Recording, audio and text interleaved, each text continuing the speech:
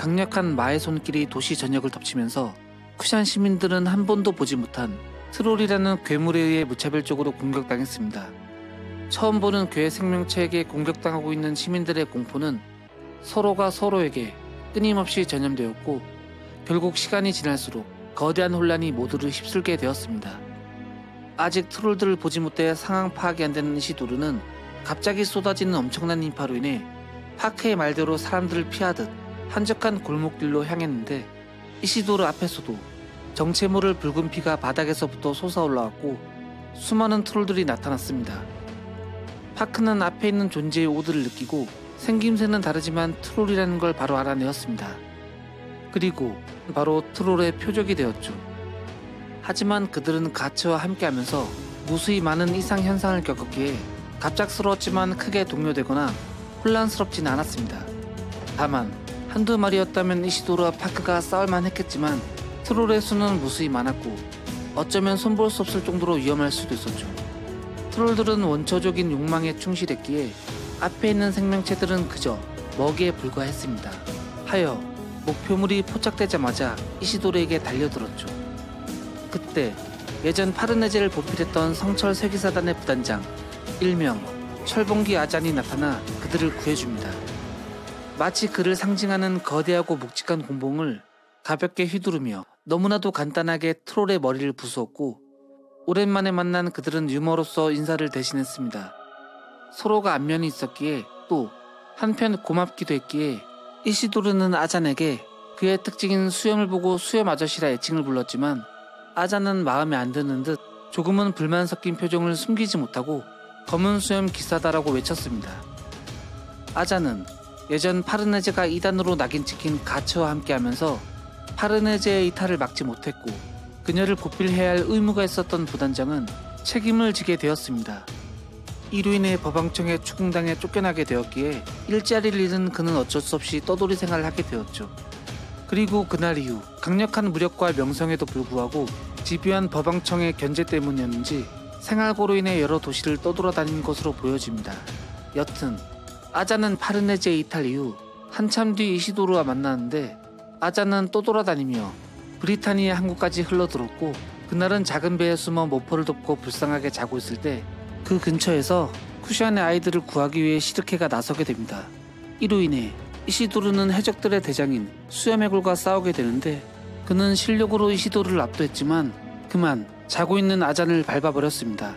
그래서 잠에서 깨어 빡친 그는 수염해골을 간단하게 패대기치며 제압하고 그 일당들을 강력한 철봉으로 정의 실현을 하며 박살내버린 적이 있었습니다. 다시 쿠샨 도시로 돌아와 그들의 작은 에피소드로 인해 잠깐의 반가움도 잠시, 주변에 트롤들은 무수히 많았고 좁은 골목길에서 함께하는 건 서로에게 도움이 되지 않았는데, 역시 노련한 아잔은 이시도르에게 뒤돌아가라고 말한 뒤 트롤들과 전투를 시작합니다. 아잔은 전투 도중 이시도르가 왜 이리 짐을 들고 다니냐는 물음에 나 홀로 여행이라고 말했지만, 여행을 왔다는 말은 어쩌면 조금은 수상한 것이었습니다. 더군다나 목적 없이 이방인에겐 상당히 위험한 이곳 쿠샨 도시의 말이죠. 하지만 거짓말과 거리가 먼 성격, 또 고지식하지만 기사로서의 훌륭한 인품을 보면 그가 누구에게 해를 가하진 않을 것이었습니다. 또 본래의 유쾌한 성격답게 트롤과 싸우는 중에도 이대로 같이 무사수행이라도 하자는 그의 말은 긴박한 상황 속에서도 여유를 느낄 수 있었습니다. 실제로도 전사로서의 무력 또한 강력했기에 수많은 트롤들을 거침없이 분쇄해갔죠. 한편 어쩔 테냐라고 비웃고 있는 라크샤스, 회의쟁하는 거대한 코끼리 요수가 통제에 벗어나 날뛰고 있었고 사람들을 무자비하게 짓밟으며 공격했습니다. 하지만 한 번 이성을 잃은 요수를 다시 지배하려 두는 건 굉장히 어려운 일이었기에 지금 당장 손 쓸 수 있는 방법이 없었습니다. 도망갈 곳 없었던 회의장 간부들은 좌절하고 탄식하는데, 엎친 데 덮친 격으로 트롤 또한 나타났죠. 이때 갑자기 시다트가 다이바에게 자신의 생각을 도시 모든 이들에게 퍼뜨려달라고 외칩니다. 다이바는 이런 긴박한 상황에서 얼토당토한 말이라고 생각했지만 시다트의 강요에 정신을 집중하여 주문을 외우기 시작했죠. 그리고 곧 주문이 완성되자 시다트는 정신을 집중했고 그의 염화, 텔레파시는 모든 도시에 있는 사람들에게 전해지기 시작했습니다.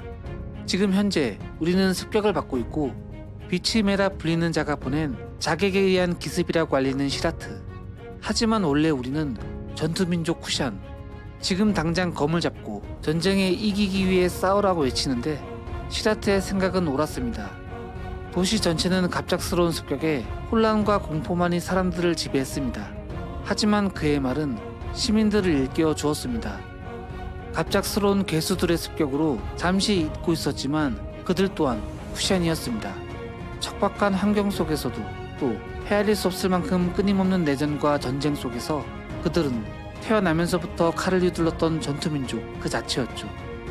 그의 말을 들은 사람들은 일제히 도망가는 것을 멈추고 검을 들기 시작했습니다. 도시 곳곳에 있는 요정수 마녀들과 가츠 일행들 또한 텔레파시를 들었고 현재 일어나고 있는 일들을 정확하게 알 수 있었습니다. 적이 누구인지 또 왜 습격을 받고 있는지 그리고 자신들뿐만 아닌 도시 전체가 트롤들의 습격을 받고 있다는 걸 정확하게 인지합니다. 마법을 쓰는 파르네제, 예전 인옥마을에서 시르케가 주문을 통해 완성시켰던 사방의 진이었죠. 원하는 위치에 일정 방향의 부적을 붙여 허공에서부터 육해공불의 투명한 4명의 왕을 부르는데 이 사색의 빛은 위대한 깊숙이에서 인간들을 지키며 사랑해주는 위대한 존재의 영역이 현세에 발로한 모습으로 진으로부터 아군을 보호해 따뜻이 지키는 방어의 진은 그들을 위협하고 있는 영적인 존재들은 불타고 불순한 것들은 사방의 진안으로 들어오지 못하게 하는 마법이었습니다. 파르네제는 마침내 말을 쫓는 파사의 마술을 완성했고 마법을 발동시키는 데 성공했습니다.